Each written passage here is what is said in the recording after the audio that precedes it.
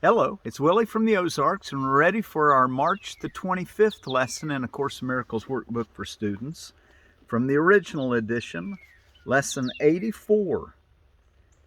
These are the ideas for today's review.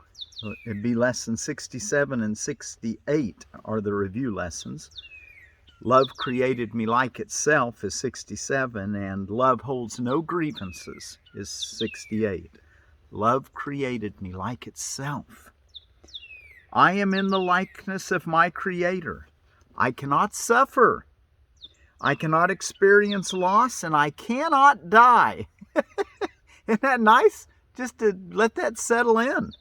Love created me like itself. I am in the likeness of my Creator. I cannot suffer. I cannot experience loss, and I cannot die. I am not a body. I would recognize my reality today. I will worship no idols.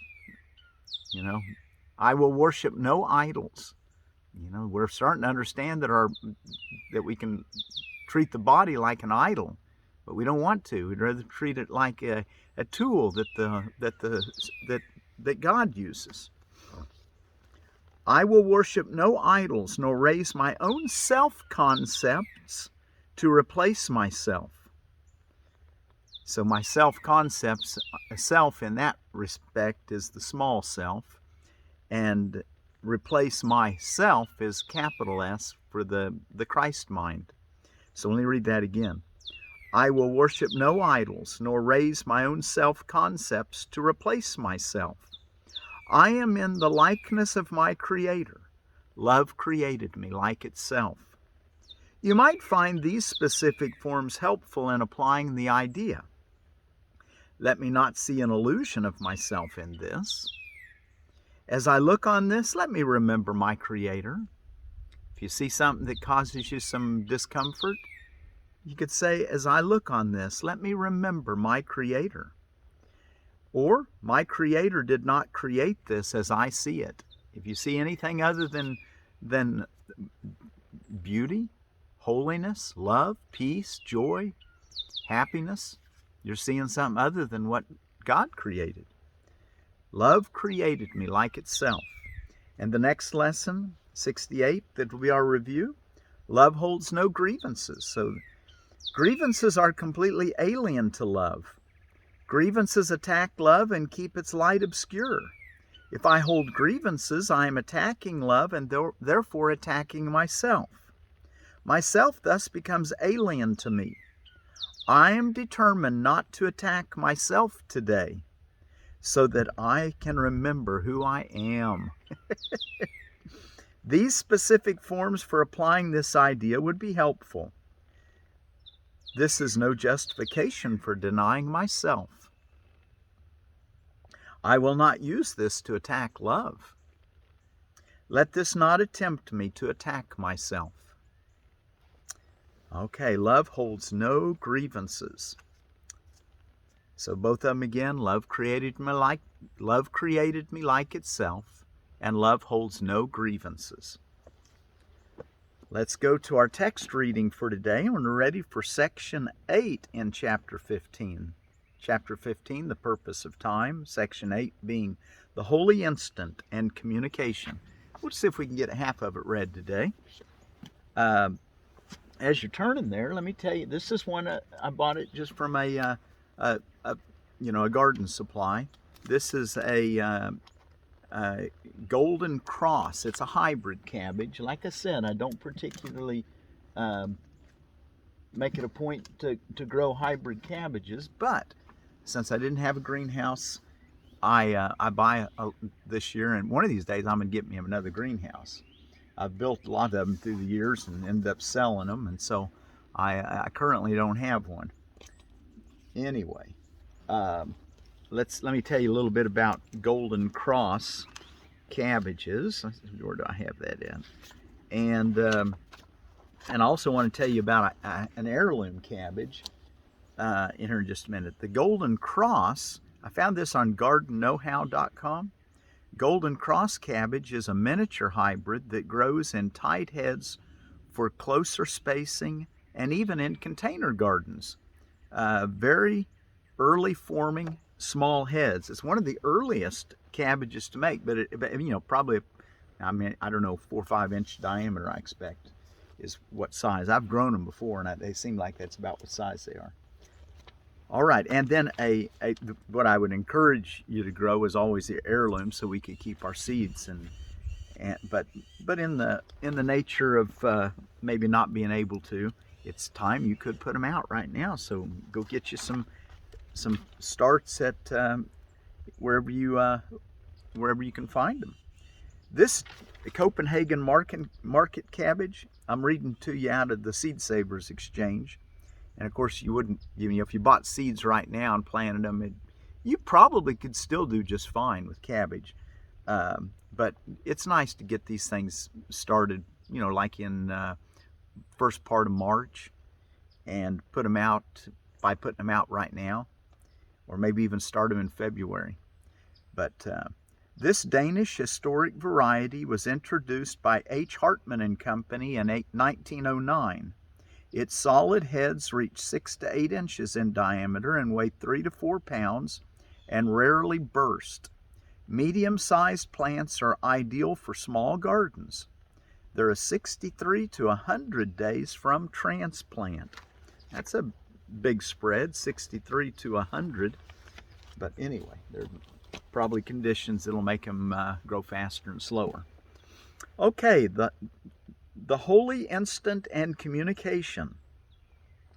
Beyond the poor attraction of the special love relationship, and always obscured by it, is the powerful attraction of the Father for His Son.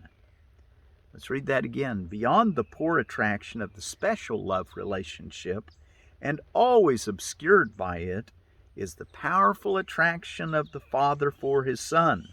There is no other love that can satisfy you, because there is no other love. This is the only love that is fully given and fully returned.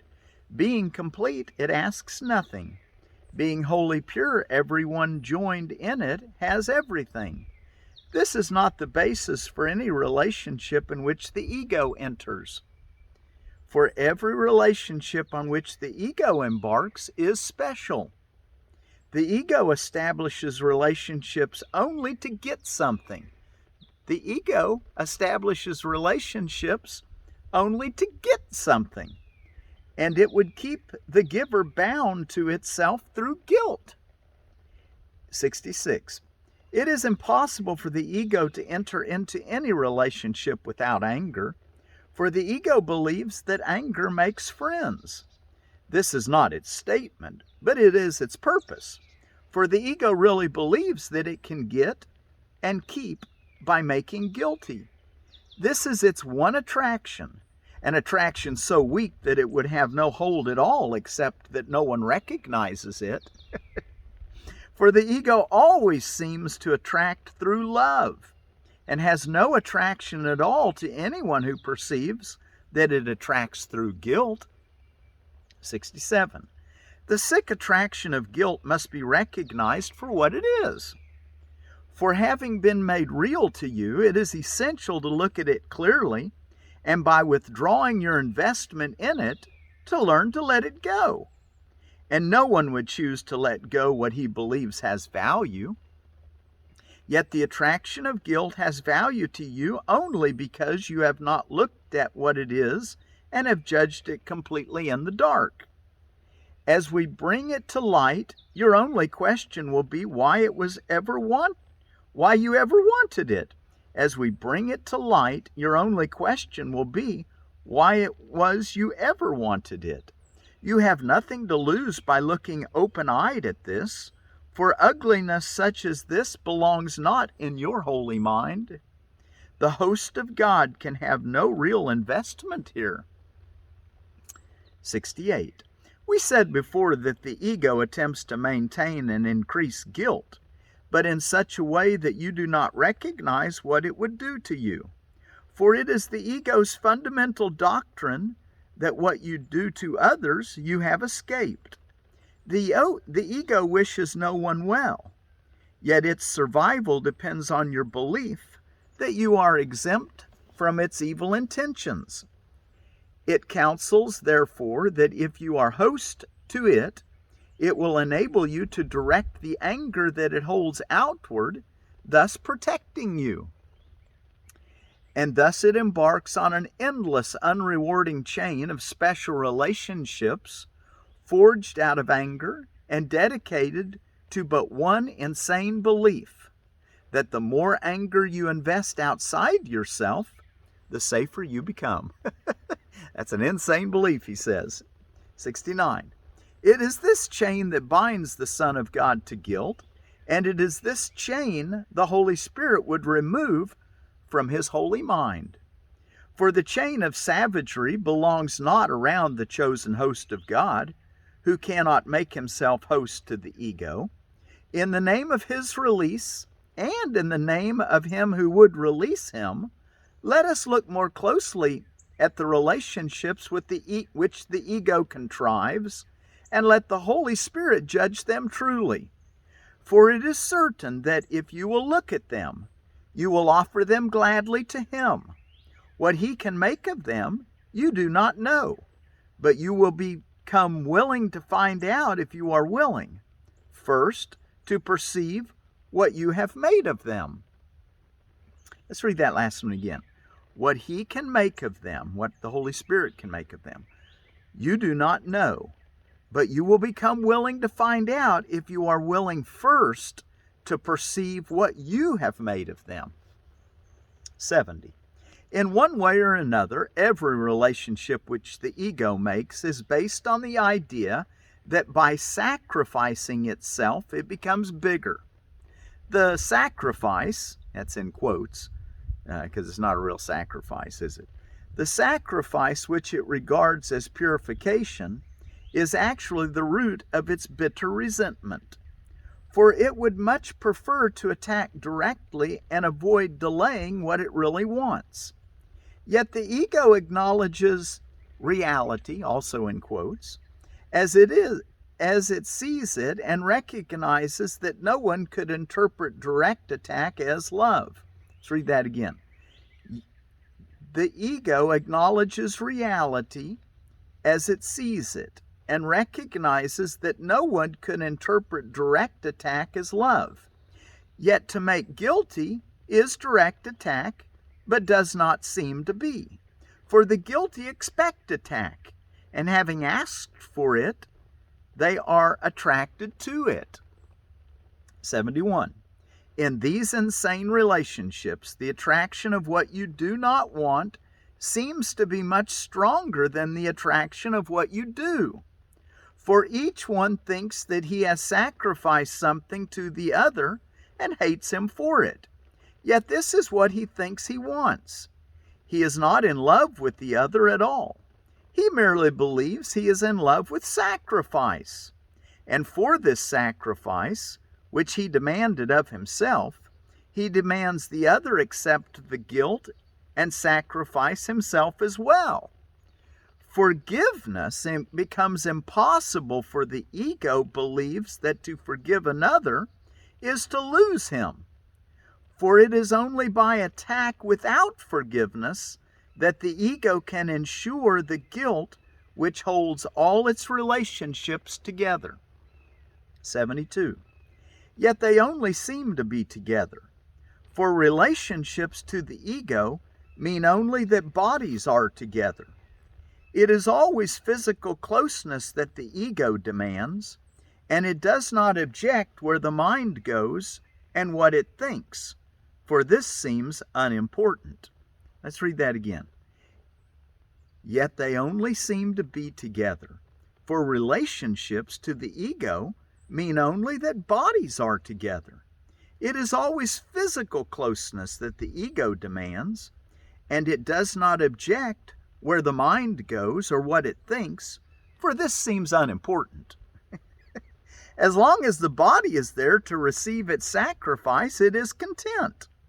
To the ego, the mind is private, and only the body can be shared. Ideas are basically of no concern, except as they draw the body of another closer or farther. And it is in these terms that it evaluates ideas as good or bad. What makes another guilty and holds him through guilt is good. What releases him from guilt is bad, because he would no longer believe that bodies communicate, and so he would be gone. 73. Suffering and sacrifice are the gifts with which the ego would bless all unions, and those who are united at its altar accept suffering and sacrifice as the price of union. In this angry alliances, born of the fear of loneliness, and yet dedicated to the continuance of loneliness, they seek relief from guilt by increasing it in the other, for they believe that this decreases it in them. The other seems always to be attacking and wounding them, perhaps in little ways, perhaps unconsciously, yet never without demand of sacrifice. The fury of those joined at the ego's altar far exceeds your awareness of it, for what the ego really wants, you do not realize. Whenever you are angry, this is 74. Whenever you are angry, you can be sure that you have formed a special relationship with which the ego has blessed, for anger is its blessing. Anger takes many forms, but it cannot long deceive those who will learn that love brings no guilt at all, and what brings guilt cannot be love and must be anger. All anger is nothing more than an attempt to make someone feel guilty. Oh, that's an interesting idea, isn't it? All anger is nothing more than an attempt to make someone feel guilty, and this attempt is the only basis which the ego accepts for special relationships. Guilt is the only need the ego has, and as long as you identify with it, guilt will remain attractive to you. And that's probably a good stopping place. Let me mark that for tomorrow. And let's go take a look at our lesson today once again before we leave. Lesson 84. Love created me like itself. Be sure to keep that ever present. Say it often to yourself today, in the morning, and then in the afternoon. Tell yourself many times, love holds no grievances. Be sure to do your 15-minute quiet time on each of those, once in the morning and once in the afternoon or evening. Love created me like itself in the morning, and love holds no grievances in the afternoon. And do the best you can at being ever aware or vigilant is the word he uses in another place. Be vigilant only for God and his kingdom. Well, be vigilant for any loss of peace that you experience. And when you experience it, look at what thought you just thought that God would not have thought. And use one of these helps to restore your clarity, your mind, your connection, your sanity. Say in the morning, you can say, let me not see an illusion of myself in this. Or as I look on this, let me remember my Creator. Or my Creator did not create this as I see it. Or if it's in the afternoon and your practice in love holds no grievances, then say, this is no justification for denying myself. Or I will not use this to attack love. Or let this not tempt me to attack myself. Or just use the general statement if it restores your peace. Love holds no grievances. All right, well, so until tomorrow, love created me like itself, and love holds no grievances. Thank you all so much for joining me on this journey. Love created you like itself. Love created me like itself. And love holds no grievances.